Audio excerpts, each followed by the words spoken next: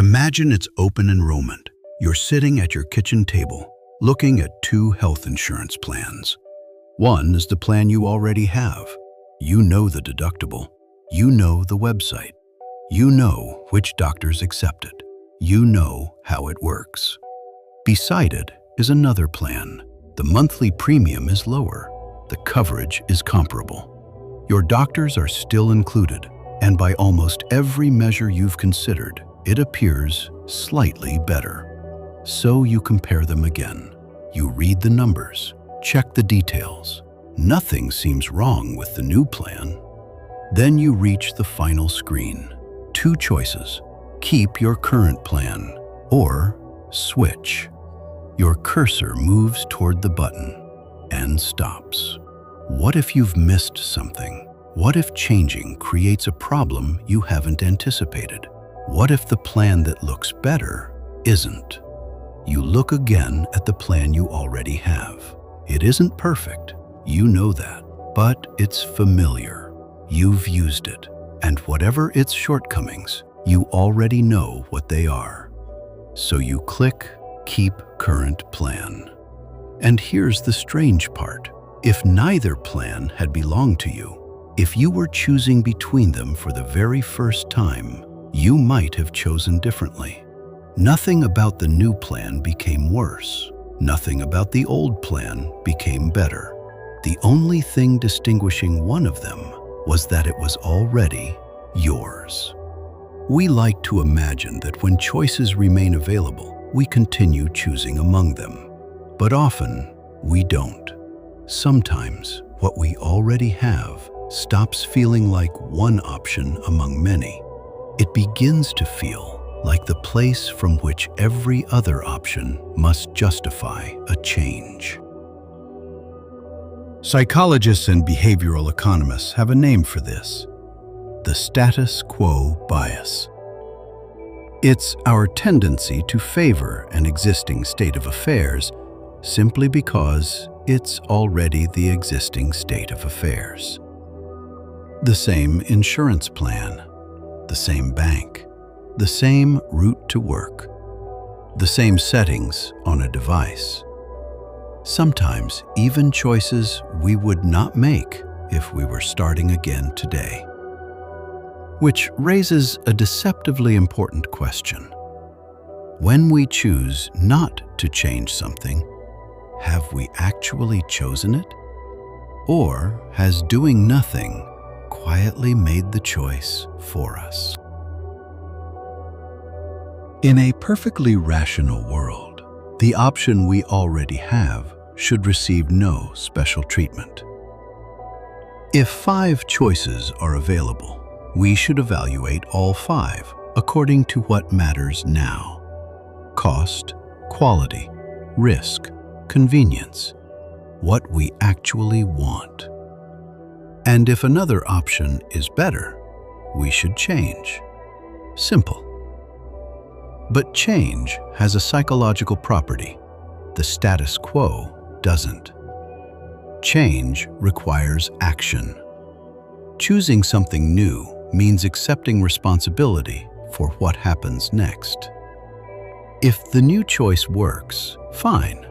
But if it doesn't, we know exactly which decision caused it. Keeping what we already have can feel different. We didn't create a new outcome. We simply left things alone. And that distinction matters, because losses caused by something we actively changed can feel more painful than similar losses that happen while we remain where we are. Then there is uncertainty. The current option may have flaws, but they're known flaws. The alternative contains possibilities we haven't experienced yet. So the status quo begins with an advantage. Not necessarily because it's better, not because we've carefully chosen it again, but because every alternative must overcome the psychological cost of leaving what is already there. And once researchers began studying that advantage, they discovered something remarkable. Sometimes, all it takes to change what people choose is to change which option they already have. In the late 1980s, researchers William Samuelson and Richard Zeckhauser began testing this tendency directly. They gave people a series of hypothetical decisions. In one, participants were asked to imagine receiving a large inheritance. They could invest the money in several different ways: stocks, bonds, other financial options. For some participants, the choice began with a blank slate.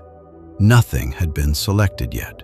They simply had to decide what they preferred. But others were told something slightly different.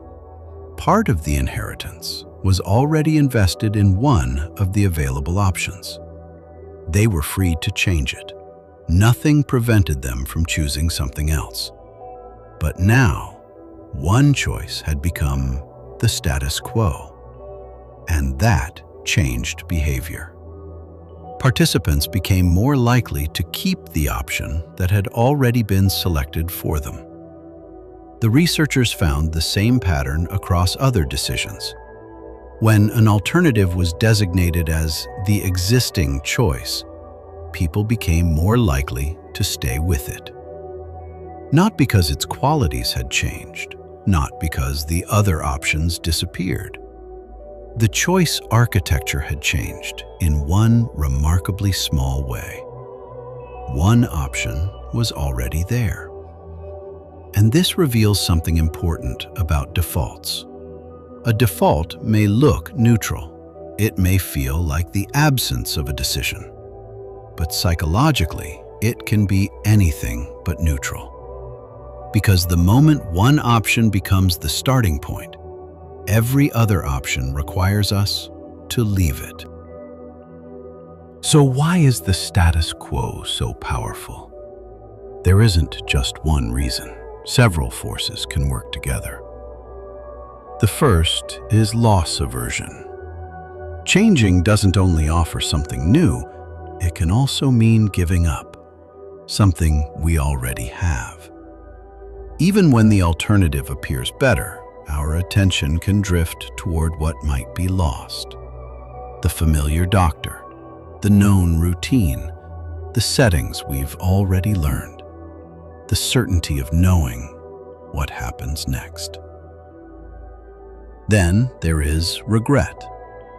If we actively change something and the result is worse, the decision has an author, us.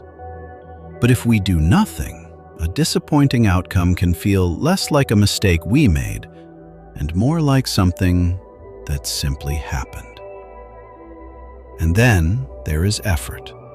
Changing banks takes effort. Changing insurance takes effort. Changing a subscription, a route, a routine takes effort. Sometimes very little. But the status quo usually asks for even less, which creates a powerful asymmetry. The alternative must not merely be better. It must feel better enough to justify uncertainty, effort, and the possibility of regret. That doesn't mean staying is irrational. Sometimes the current choice really is best. Sometimes switching isn't worth the cost.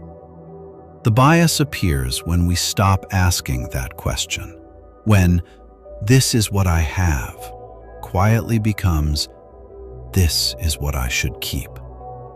And once that happens, doing nothing can begin making decisions we never realized we were still allowed to make. Once you recognize the status quo bias, you begin seeing it in decisions we barely notice anymore. The bank account we've had for years, the subscription that keeps renewing, the route we always take, the settings we never changed because they were already selected. Sometimes those defaults are useful. They save time, they reduce effort, they prevent us from reconsidering every small decision every day. But that convenience has a cost, because a choice we made years ago may continue shaping our life long after the reasons for choosing it have disappeared. And eventually, we can mistake continuity for preference. Not, "I choose this," but "this is simply what I do." So, how do we know whether staying is actually the right choice? One useful question is surprisingly simple. If this were not already my current option, would I choose it today? Would I choose this plan, this bank, this routine, this subscription, this way of doing things? The point isn't to change everything. Sometimes the answer will be yes. But asking the question forces the status quo to compete again. It turns doing nothing back into a choice. Think again about the health plan. The new plan wasn't obviously worse. The old plan wasn't obviously better. But one of them was already there. And that small fact changed the decision. That's what makes the status quo bias so difficult to see. It rarely feels like influence. It feels like nothing happened. We stayed, we kept, we continued. And sometimes that really is the right decision. But sometimes the most powerful choice in front of us is the one we forgot we were still making.